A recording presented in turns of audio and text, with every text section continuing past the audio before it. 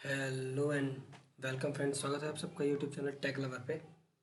तो जैसा कि हमने अपने कंप्यूटर साइंस सीरीज़ में 4 वीडियोस अपलोड कर दिए हैं, जिसमें कि हमारा नीड ऑफ कंप्यूटर साइंस था, उसके बाद हार्डवेयर एंड सॉफ्टवेयर, और उसके बाद हमने कुछ पर्टिकुलर टाइप्स ऑफ कंप्यूटर्स के बारे में चर्चा की है।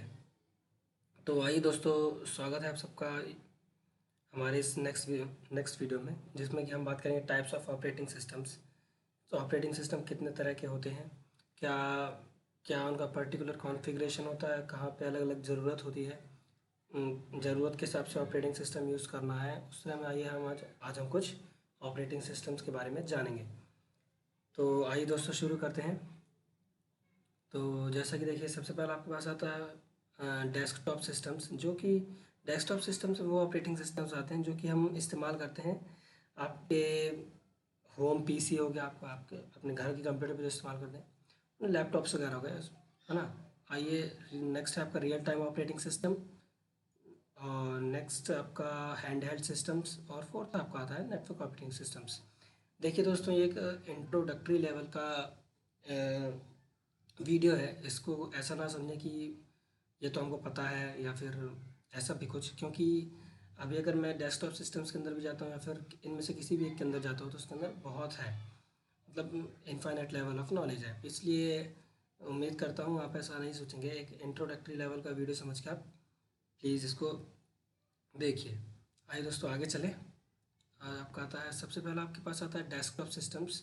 तो डेस्कटॉप सिस्टम, जैसा कि मैंने आपसे बता दी कि इसका जो इसको डिज़ाइन किया जाता है, उसमें कॉमन टास्क को परफॉर्म करने की कैपेबिलिटी होना चाहिए, ये ध्यान में रखकर इसको डिज़ाइन किया जाता है। जैसे कि हमारे पास अगर होम में कोई कंप्यूटर है, तो जनरली हम उसमें क्या करते हैं, फ़ाइल बनाते हैं, फ़ाइल को सेव करते हैं, पेंट करते हैं, आपका आपका एंटरटेनमेंट हो गया, वीडियोज़, ऑडियोज़, मूवी वॉचिंग, ऐसे सारे टास्क को परफॉर्म करने के लिए हम डिज़ाइन करते हैं हमारे डेस्कटॉप सिस्टम्स के ऑपरेटिंग सिस्टम को।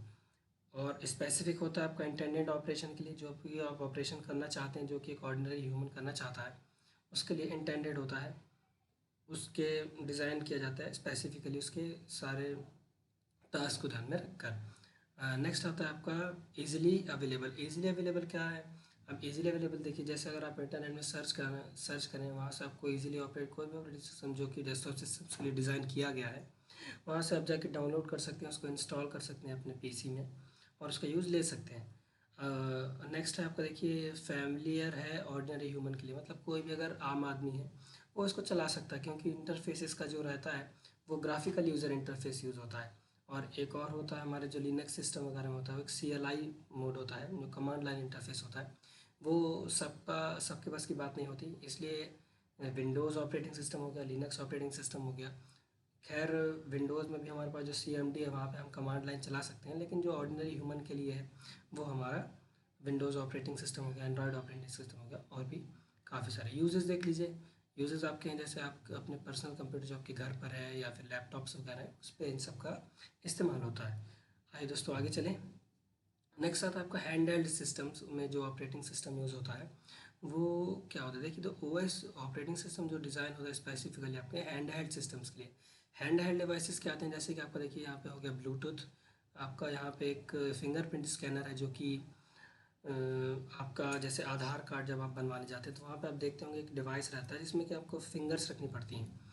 तो वहाँ पे उस तरह के जो डिवाइसेस होती हैं वो आपके यूज़ करते हैं हैंड हेल्ड सिस्टम के लिए, जो ऑपरेटिंग सिस्टम डिज़ाइन किया जाता है उसका, है ना। नेक्स्ट आप तो देखिए, आपके पास यहाँ पे कैमरा है। कैमरा भी एक एग्जांपल आपका हैंड हेल्ड डिवाइस का, जो कि ऑपरेट करता है सिर्फ टेकिंग पिक्चर्स और रिकॉर्डिंग वीडियोज़ ऑडियोज़ के लिए।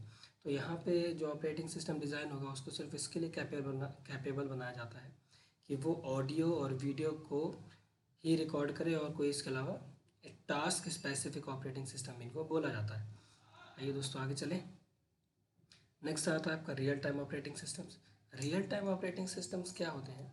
जैसे मैं आपको बताना चाहूँ, देखिए सबसे पहले designed for real time data input. जैसे कि अगर मैं बात करूँ, जैसे इंडस्ट्रीज़ हो गई, मैन्युफैक्चरिंग इंडस्ट्रीज़ है जहाँ पे प्रोडक्शन होता है, वहाँ पे कई बार क्या होता है, जैसे मान लीजिए कार मैन्युफैक्चरिंग इंडस्ट्री है, बाइक मैन्युफैक्चरिंग इंडस्ट्री है, फिर इंजन मेकिंग इंडस्ट्री है, और भी काफ़ी सारे।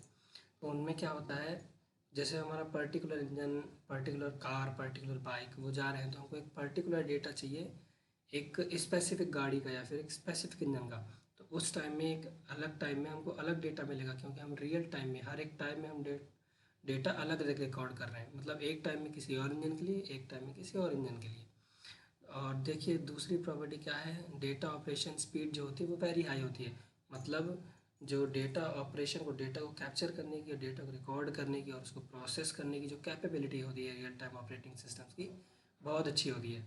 हाँ, नेक्स्ट देखिए fault tolerant systems. Fault tolerant systems का मतलब है जैसे कि अगर मान लीजिए कभी इलेक्ट्रिसिटी डिसकनेक्ट हो जाए, जिसकी वजह से आपका सिस्टम बंद हो जाए, तो उस केस में ऐसे कुछ होते हैं कि फ़ॉल्ट जनरेट ना हो या फिर एरर जनरेट ना हो, तो उस केस में हमारे ऑपरेटिंग सिस्टम्स में कुछ फॉल्ट टॉलरेंट एल्गोरिदम्स लगाए जाते हैं, जिसमें कि एरर आने पे वो खुद को सेल्फ रिपेयर कर ले, है ना, जिससे कि कोई एरर या फिर सिस्टम में जो हैंग होता है वो ना हो, है ना। नेक्स्ट आता है आपका देखिए वेरीलेंस लेटेंसी टाइम। लेटेंसी टाइम क्या होता है, जैसे ही आपका डेटा रिकॉर्ड होगा वो डेटाबेस में जाके सेव होगा, है ना, और उसको प्रोसेस करने में जो उस पर्टिकुलर डेटा की आगे ये प्रोसेसिंग है, उसमें जो लेटेंसी का टाइम है वो काफ़ी कम होता है, मतलब कोई ऐसा डिले नहीं होता कि आपका एक डेटा उसको ही प्रोसेस करने में बहुत टाइम लगेगा। ये होता है आपका वेरी लेस लेटेंसी टाइम। अब देखिए हम यूजेस देख लेते हैं इंडस्ट्रीज, जैसा अभी मैंने आपसे बताया आपकी मैन्युफैक्चरिंग इंडस्ट्रीज़ है, और उस तरह का हॉस्पिटल्स हो गए। देखिए हॉस्पिटल्स में जो आपके खासकर हार्ट ऑपरेशंस या फिर हार्ट बीट को चेक करने के लिए एक्सरे मशीन्स वगैरह हो गई, यहाँ पे जो हमारे ऑपरेटिंग सिस्टम्स होते हैं वो रियल टाइम ऑपरेटिंग सिस्टम का ही यूज़ होता है। हमारी बाइक्स हो गई, हमारी कार्स हो गई। बाइक्स और कार्स पे आप सोच रहे होंगे कि रियल टाइम ऑपरेटिंग सिस्टम कैसे काम करता है। तो देखिए मैं आपको बता दूं दोस्तों, जैसे बाइक्स और कार्स में हमारे बहुत सारे सेंसर्स लगे रहते हैं। अब पहले हमारी जो आती थी वो मैकेनिकल कार्स आती थी, जिसमें सारे कंपोनेंट्स मैकेनिकली ऑपरेटेड होते थे। लेकिन अब जब जैसे एडवांसमेंट आ रहा है टेक्नोलॉजी में, तो हम इस्तेमाल कर रहे हैं ECU चिप का, जो कि इलेक्ट्रॉनिक कंट्रोल यूनिट होता है। और हमें जहाँ जहाँ का डाटा चाहिए, जिस जिस पार्ट का, पोर्शन का, वहाँ पे हमने सेंसर्स लगाए, तो वो सेंसर्स डेटा लेकर ऑपरेटिंग सिस्टम को, मतलब हमारी ECU चिप को डेटा देते हैं, और उनके ही बेस पे हमारा जो ऑपरेटिंग सिस्टम है वो एक्शन लेता है कि हमको आगे क्या करना है। तो इस तरह से ये अपने real time operating system bikes और कार्स में भी अपना एप्लीकेशन बनाए हुए हैं।